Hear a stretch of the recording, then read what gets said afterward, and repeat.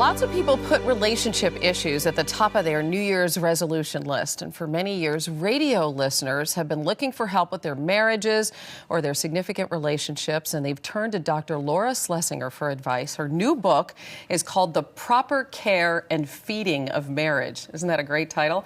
And it's full of tips for couples trying to build a better marriage. And Dr. Laura, good morning. Good morning. I only wish people were putting their marriages top on their resolution list. But Probably they're more not, about maybe. Their fat tummies or...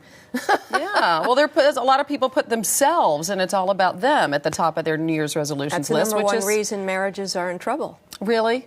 Yeah, when you wake up in the morning and turn over and look at him or her, and the first thing you think of is, oh, they didn't do this or they didn't do that, or I'm irritated, oh, look, I have the gray hair.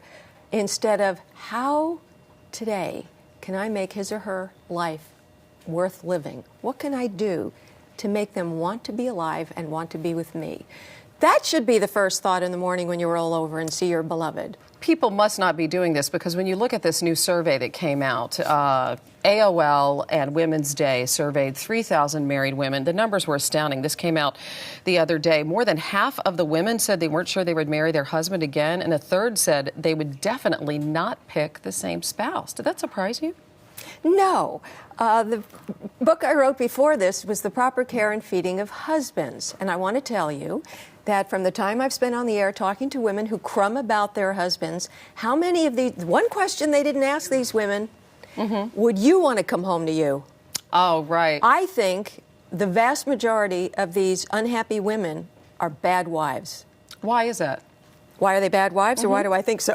Yeah, why are they bad wives? I mean, 3/4 of them admit to keeping secrets from their husbands. Yeah, well, you know, is that okay? If they're spending secrets like what? That I'm hungering for the guy next door? I mean, what kind of secrets are we keeping from the person who's supposed to be our most intimate, our best friend, and the one we can really trust with our souls? What are you keeping secrets from them for? What about the 75% of women who said they fantasize about another man?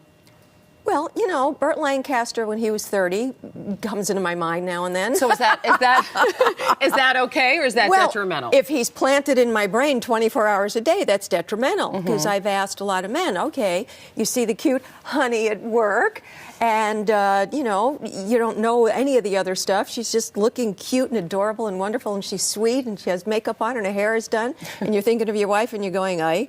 But my question to you is, how much time do you spend thinking about how your wife touches your face and looks dreamily into you and says, I love you and I really appreciate that you worked so hard today so I can take care of the kids? I mean, how much time do you spend thinking about what you give your wife? Do you turn your wife into a honey? One of the things that's in this book is both male and female looking at the husband and wife.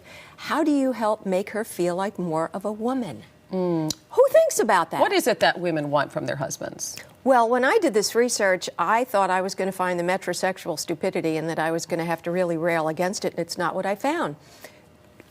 Feminism, PC stuff, the stuff in the media notwithstanding, women want a strong man they can count on who'll protect them, provide for them, and lift them off their feet and carry them up a flight of stairs into the bedroom. Gone with the Wind, isn't that the best scene? Can you think of one woman who wouldn't want that trip? And what do men want from their wives? They enjoy our softness and our sweetness and how we take the rough edges off life and their own masculinity. They look forward to us taking a house and making it feel like a home. All the soft, gentle things. And, we don't have to give up being smart or competent at things to be a sweet woman to our men. You say it's pretty simple. You say to reflect on the touching and the spectacular moments. What you're really talking about is sort of changing our mindset towards marriage. Well, I think, I know as a talk show host and as a shrink, this is probably going to sound, sacrilegious.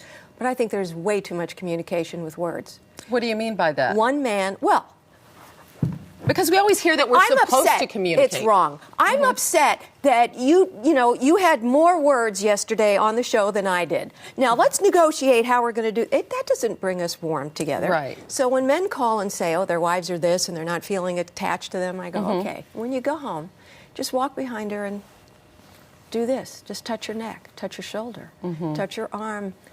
Say, your hair looks nice. Just small, insignificant things. So it doesn't have to be this all the time. No. Because people say they fight about petty things and they go back and forth. Too much time talking In my section, when I talk about communication, the first thing I say is shut up.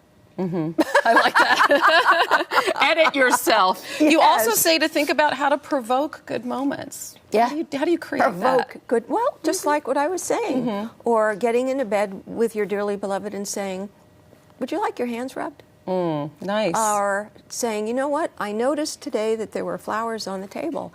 With all that you had to do today, honey, it's so nice that you stopped to put flowers on the table because I came home and it just relaxed me. You create these moments by pointing out and looking for these small things instead of. It's just as easy to go that way You as go to go no, the as it's to nitpick actually about the small things. harder It's just as easy to be nice talk about the good things. Yeah. It's actually harder because Right. we're more set to be irritated. Right. Dr. Laura, we could talk all day. And maybe you'll just have to But come back. instead, Happy we'll to- just hold hands. There you go, because we don't want to over-talk. Yes. Right? You can read an excerpt from The Proper Care and Feeding of Marriage on our website at cbsnews.com.